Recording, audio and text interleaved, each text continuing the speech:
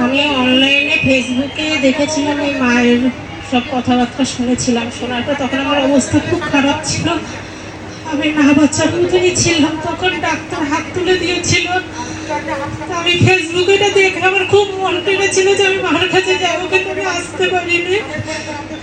এবার আমার ননদকে পাঠিয়েছিলাম, ননদ নিয়ে গেছে। এখান থেকে নিয়ে যাওয়ার পর আমি এটা ব্যবহার করে অনেক ভালো আছি, আমার খুব সুস্থ আছে। আমাকে দেখে কেউ বলবে না যে আমি এতটা অসুস্থ।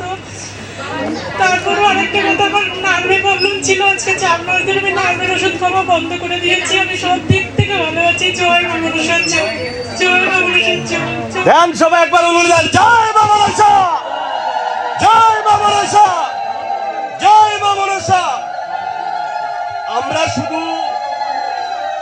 আমরা শুধু ভিডিও বানাতে হবে এই কারণে ভিডিও বানাই না।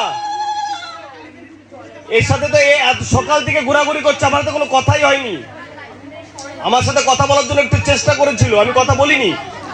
তো এখন যেটা বিষয়, এই মায়ের ক্যান্সার হয়েছিল, সামনেই তো দাঁড়িয়ে আছে, আপনারা তো শুনতে পেলেন। আজকের ক্যান্সার অব্দি রিমুভ করে দিচ্ছে বাতকুল্লা মা মনসা মন্দির। আপনারাই শুনতে পেলেন। এটা শুধু ভিডিও বানাতে হবে, বাতকুল্লা মা মনসার প্রচার করতে হবে, এরকম কোনো বিষয় নেই। পজিটিভ ভাইব্রেশন গুলো আপনাদের কাছে পৌঁছে দিই, কি ঠিক না ভুল মা?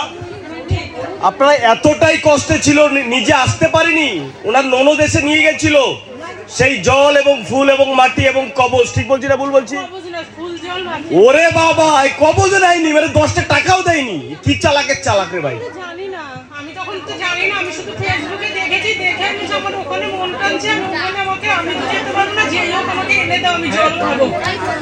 মানে 200 টাকা দিয়ে একটা কবজ আমরা আগে বিক্রি করতাম, ওটা বিক্রি করলে আমাদের দুটো ডাল ভাত হতো, সেটাও নেয়নি। তাহলে কি মা আমাদেরকে কিছু বান্ধা আছে নাকি? মা কোনো জায়গায় বাধা নেই। মা যদি একবার চায়, তার সকল মনস্কামনা পূর্ণ করে দেবে।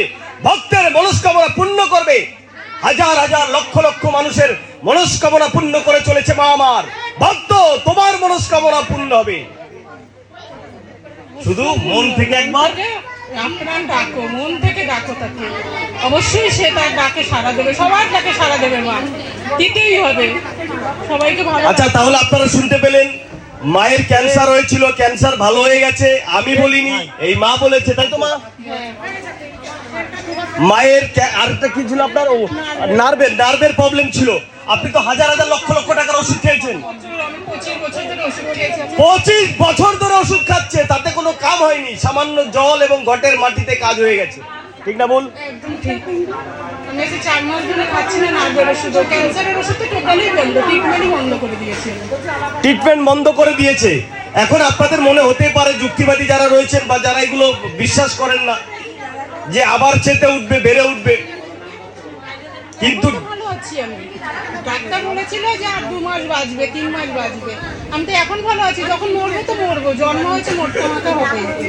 যতদিন বেঁচে আছি, সুস্থ আছি, মা ভালো রেখেছে, এটাই। বাহ, সুন্দর সুন্দর। সবাই ভালো থাকুন, ভিডিওটি প্রচুর শেয়ার করুন, ঠিক আছে না? Bye bye, tata.